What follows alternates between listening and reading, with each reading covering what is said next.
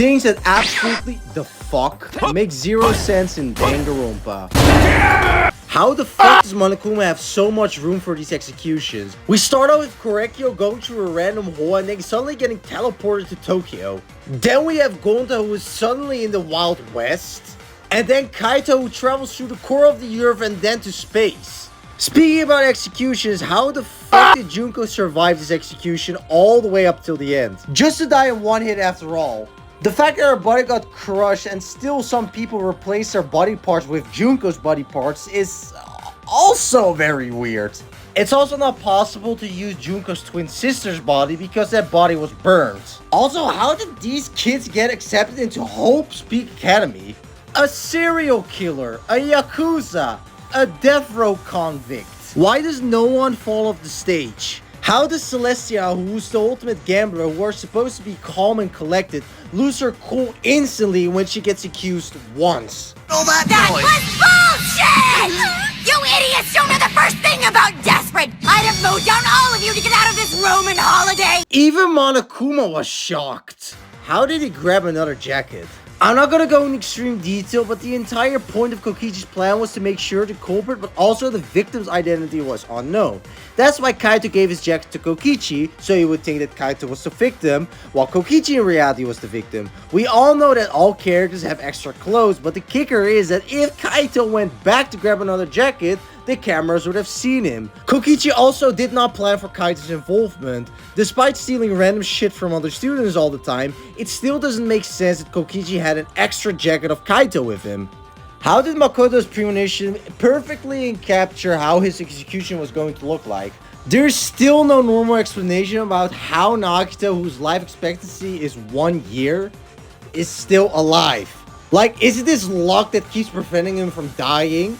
Or is it just his bullshit plot armor? Or is it because he just straight up refuses to die? How the fuck did Mikan go to the music venue, fake her death, go back to the hospital, kill Ibuki, go back to the music venue, kill Hyoko, go back to the hospital to meet up with Hajime's in less than 5 minutes? How did Junko monitor the students day and night? How did she get her food? Where did she sleep? Where did she shower? Like, it doesn't make sense how she stood up 24/7 for over 2 weeks to monitor each and every student's every move. What relevance had this one line for this character? Why did they add it? Like I said, Jack, it's a cool, and I love mine. There's literally no possible explanation on how Makoto survived the fall of approximately 50 feet. Hajime's brain was modified so he could have every talent in the world. But how the fuck did they inject luck in him? Like, it doesn't make any sense. The fact that Juso, the ultimate boxer, got beat up by a random high schooler and purposely did not turn Junko in because otherwise Junko, the ultimate criminal, would reveal Juso's secret about secretly liking Munakata, a gay person. Please let me lie to Munakata for you. How does Kaito's jacket not fall off at any point in the game? Like, does he have a pin on his shoulder? I'm gonna quote this from Reddit, but how did Kumoro's heavy robotic ass didn't break the chain like 5 minutes after the elevator descended? It doesn't make any sense on why Kaito decided to leave the room when he could have easily locked back in and warned the others that Mimi was getting killed. The fact that a robotic bear throws you in a killing game with a bunch of people you don't know explains that you have to participate in a killing game, and even after so many people died, people still trust each other, go out at each other, and there is still no fucking buddy system. Like, no, you won't be able to escape. Everyone's going to die. The fact that the sprites of characters look like this 5 seconds after someone fucking dies. The fact that the characters thought it was useful to discuss whether or not the victim was Kyoko while she was standing literally right there. The fact that Genocide Jackoff, a serial killer, was not confined but let run free after chapter 2. Like, yeah, let's just let a serial killer run loose. Yasuhiro and his burger backstory. Why did they let Ishimaru transform for 5 minutes only to get killed and in the process make him forget that he's Morning Mondo? Like, he's the only character whose death actually had an impact on other characters, and then he just straight up dies. Kyo's fucking incest plot.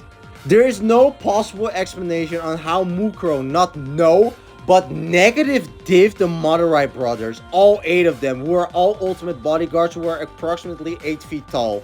The entirety of Gaiden Killers, the Mukuro just straight up killing a school full of elementary children and not even getting chased by the police after it. In V3 demo, the fact that you had to need to play a minigame to determine who the victim was. Like, you literally discovered Yasuhira's body 5 minutes ago. Why did both Kyo and Kirumi need to commit their murders with a seesaw and a fucking ropeway? Like, couldn't they just left the victims' bodies in the lab where they killed them? Like, both Soda and Toko surviving a point-blank explosion. The entire point of Twilight Syndrome, like, it doesn't make any sense. It was just always set up to the plot twist that all characters knew each other beforehand of the killing game and that they all just lost their memories. And lastly, Byakuya purposely withholding evidence because he is bored.